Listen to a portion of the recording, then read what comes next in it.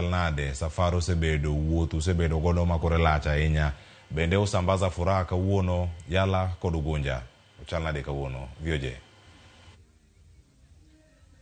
kama na nyak Cleophas adiri makende ni wanwakeyo mor makende masikuku gi Safaricom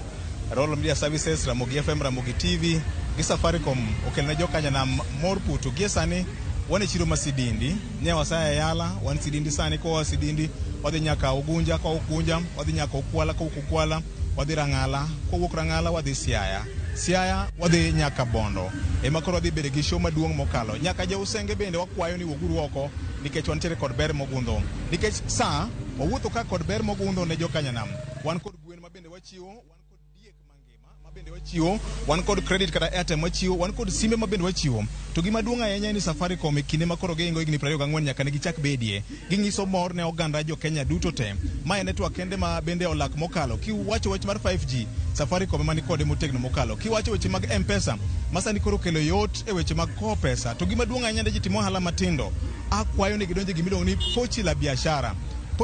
nitie tim moro ma jowanigo ng'ado nyalo chuli ohala to ochako reverse pesa kendo pochi la biashara biro goli ja ohala e midhiero maket kod mano okadwa ketho sa Cleophas yemonda ami thuolo achiel kuom apisa madito ma Safaricom mabende wan go ka opimno na maler ewi nyasi mabende kawuono Ramogi FM Ramogi TV kachiel kod kambi ma Safaricom okene jokanyanam jaduong' ibro nyiso nyingi mokwongo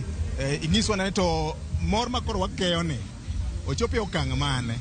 erokamano ahinya nyikwa Ramogi an iluonga ni Dennis Osodo achung' ne nonro ma iye kambi mar Safaricom kendo sani wachopo e Siaya kawuono kendo e kuonde kaluo duto kwakeyo mor maduong' mar sikuku dwe mar 11 mar 12 wakelo sikuku e gweng'wa duto kamoro amora ma intie nyakwa Ramogi kapok wachopo rito wabiro kawuono wan e Siaya ka kendo sani wachung' Sidindi ka kwadwa dhi Ugunja wadwa dhi Siaya Rangala nyaka wachop Bondo kwakelo mor kwakelo gik modhuro kwakelo mor makionge kawuono to kaubai nono Safaricom wageno jopiny ke jopiny mosegero kambi ni higni 24 nyaka wachaki kendo wabiro kwacho ne jodala duto ne jowa duto ni erokamano kuom chungi kai mar Safaricom kuom gere kuom kele nyaka sani omiyo sani koro wawuok oko mondo wach ni erokamano en keyo mor kuonde duto ma wantiere kuonde duto ma intiere makawuono chiro moro ma intie dala ma intie wuog oko mondo irom kodwa Safaricom to gi Royal Media gi Radio Ramogi wachopo kaka nyakla mondo warem mori maduong' omiyo nyikwa Ramogi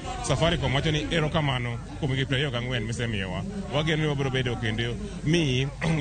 mondo iwuogi jowo itudri gi jowo ior pesa tim gik moko duto kendo timo ohandi kata ikonyri gi jogi e yore duto erokamano ahinya Cleophas bende wan ka endi kod achiel kuom jogo ma bende oloyo gweno obiro nyiso ni en nyinge nga to mor mane ma en go e chunye sani ka Safaricom omiye gweno oluo nyinge nga an iluonga Solomon Ochieng iloyo gweno aloyo gweno ka amor kod Safaricom sambaza furaha odiochieng' ma kawuono gimiya gweno mondo adhi acham koro Christmas ni geno mar yude kawuono ok ageno itimo ang'o momiyo yude antie competition mane oluongwa Ivan mbele kacha mande wadhiyo kasto ne wa compete be ma ayudo nafas mar loyo ma bang'e omiya gweno mondo adhi acham go Christmas mana kamano Cleophas mane kaka watime kama opogore kod gwen mabende wachiwo wan nyaka kod diek mabende wan kod credit wan kod simbe wadogolo jowa ni nyalo upgrade ka en gi katululu inyalo upgrade mibed gi smartphone ma Safaricom sani koro miyi bende wan kanyo kod weche mag achudhe moko sani koro wuok ma bende dwe mar 11 12 kama ibiro yudo kata kooro ni message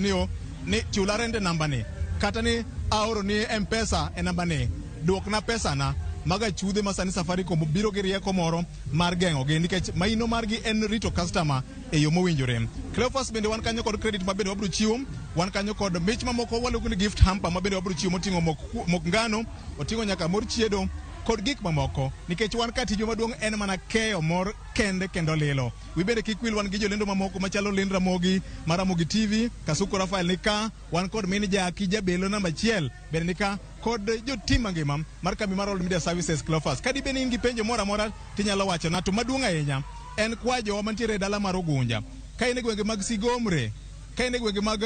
Okwala ka in e gwenge mag Nyadorera bia machiegni Ugunja kanyo wadhi bede kuom thuolo mas achiel gi ber mogundho. Ok wadwa ni ber moro amora ma Safaricom okelo sama koro gikeyo mor mar Christmas ni ng'ata dog dala ka onge gimoro amora moyudo nikech Safaricom nika nikech in. Kadi bed ni penjo moro amora to aikora mar duoki. VOJ thuolo ma wang' wakago niro kama ne nyagweno no wendo yude yo makare kendo en mor ma bende osambaza ukeyo mor nyaka e studio karka. Bobo wacho ni gweno no bende chopo e studio ka. Owacho ni modongo to nitie mor gin go gweno kende maonge studio. Mano mantiere karakanyo achiel kachiel nyakoro mo jwang' weche thoth nya mantiere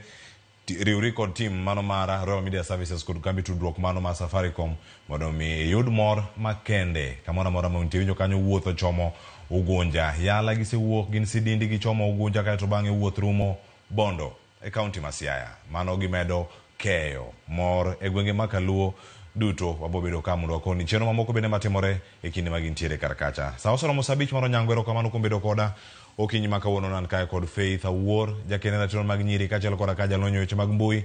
mano John Opiyo mabedo tuwe kod achiel kachiel gi studio ma Nairobi kod yor mbui nyakoro mo jwang' bed kod weche makare oriti masani elo jogo duto mokelo chenro jofwambo ma tudore godo joma nie kiru machielo mag iko weche ma bende biro ne achiel kachiel yamo kar kae